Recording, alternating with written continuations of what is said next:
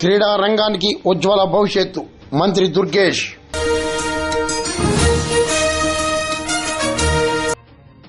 క్రీడలకు క్రీడాకారులకు కేంద్ర రాష్ట్ర ప్రభుత్వాలు అధిక ప్రాధాన్యత కల్పిస్తున్నట్లు సినిమాటోగ్రఫీ మంత్రి కొందర దుర్గేష్ తెలిపారు.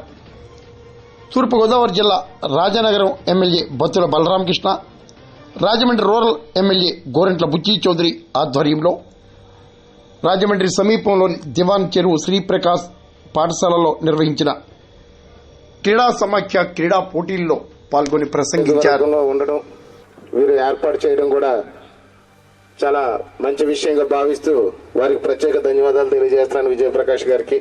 Meet is open. Officially open.